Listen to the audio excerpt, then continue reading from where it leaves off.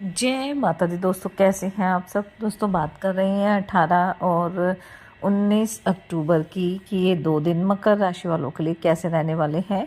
इन 2 दिनों में मकर राशि वालों को क्या खुशखबरी सुनने को मिल सकती है, किन बातों में इन्हें सावधानी रखनी चाहिए। तो इन 2 दिनों का राशिफल जानने से पहले हम इन 2 दिनों का पंचांग जान लेते हैं।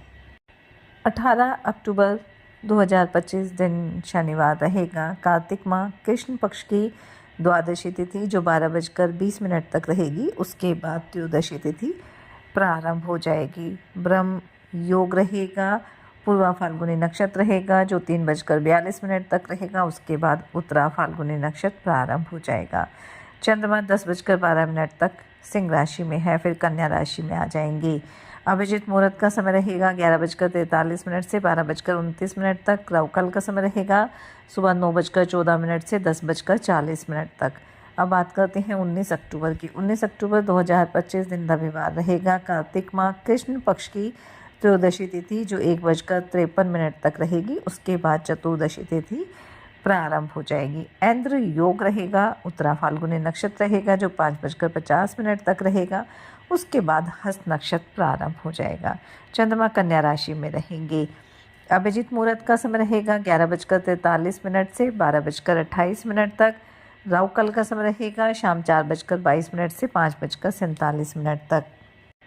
कार्तिक माह के कृष्ण पक्ष की त्रयोदशी तिथि 18 अक्टूबर 2025 को रहने वाली है और इस दिन धनतेरस का त्यौहार भी मनाया जाएगा। और इस दिन खरीदारी का विशेष महत्व होता है क्योंकि जो धनतेरस है वो समृद्धि का पर्व माना जाता है। धनतेरस के दिन माता लक्ष्मी के साथ साथ भगवान धन्वंतरी और भगवान कुबेर की पूजा भी की जाती है। भगवान धन्वंतरी जिन्हें आयुर्वेद का जनक माना जाता है और इन्हें भगवान विष्णु का अवतार भी माना जाता है। वहीं कुबेर जी धन के देवता हैं। धनतेरस के दिन भगवान धन्वंतरी की पूजा स्वास्थ्य के लिए की जाती है। वहीं माता लक्ष्मी और कुबेर जी की पूजा अर्चना से घर में धन समृद्धि का वास होता है। शाम के समय दीपदान करने की परंपरा भी है जिससे यम प्रसन्न होते हैं।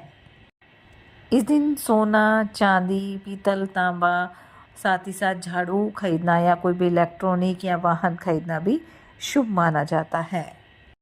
और इस दिन प्रदोष काल का जो समय है वो शाम के 5:47 से लेकर 7:35 तक रहेगा। तो इस दौरान पूजा और दीपदान करना सबसे उत्तम और फलदायी माना जाता है। तो इस शुभ मुहूर्त में दक्षिण दिशा की ओर दीपदान करने से अकाल मृत्यु का भय टल जाता है और यम भी प्रसन्न रहते हैं।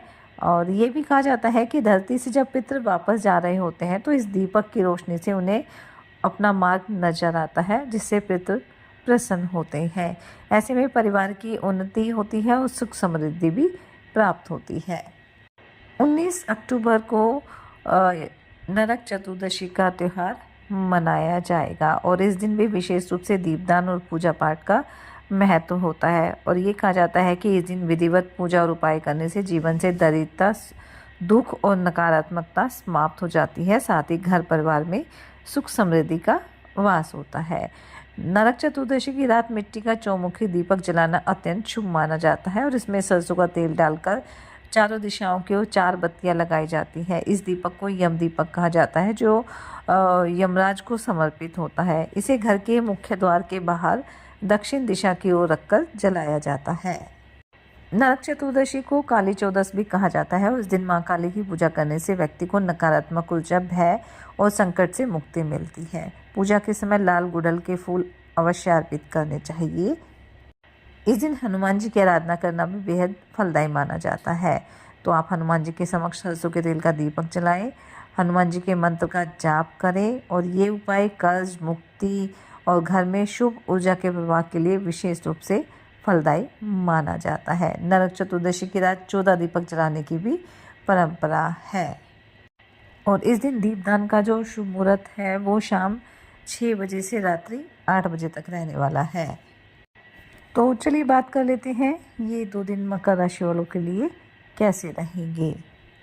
ये 2 दिन मकर राशि वालों के लिए लाभकारी रहेंगे। इन 2 दिनों में मकर राशि वालों पर माँ लक्ष्मी की कृपा दृष्टि बनी रहेगी और माँ लक्ष्मी की कृपा दृष्टि से आपके कई काम जो है रुके हुए थे वो पूरे हो जाएंगे। आर्थिक दृष्टिकोण से 2 दिन काफ़ी अच्छे रहेंगे।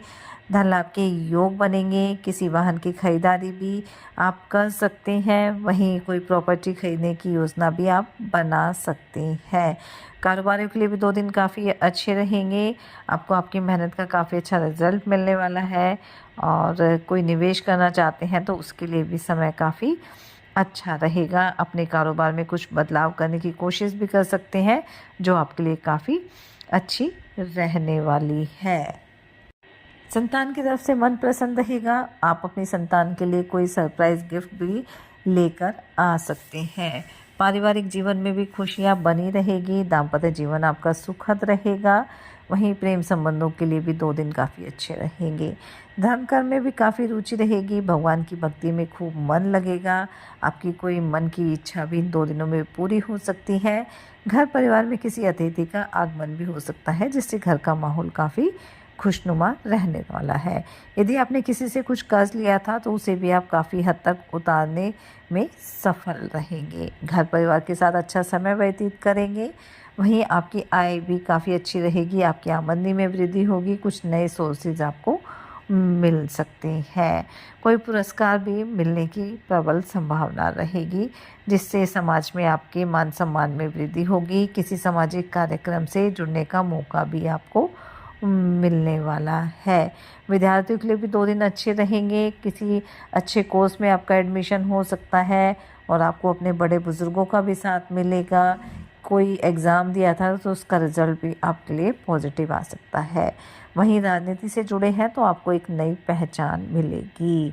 आपके जो रहन सहन है, आपकी जो दिनचर्या है उसमें भी काफ़ी बड़ा बदलाव देखने को मिलेगा। आप खुद को फिट रखने के लिए काफ़ी प्रयासरत भी रहने वाले हैं। कुछ खास लोगों से आपकी मुलाकात हो सकती है जो आपके लिए काफ़ी अच्छी रहेगी और नौकरी में भी आपको प्रमोशन मिल सकता है। इन 2 दिनों में किसी मित्र से भी लंबे समय के बाद मिलने का मौका आपको मिलने वाला है। अच्छे खान पान का भी आप आनंद लेंगे और जिससे आपका मन काफ़ी प्रसन्न रहने वाला है।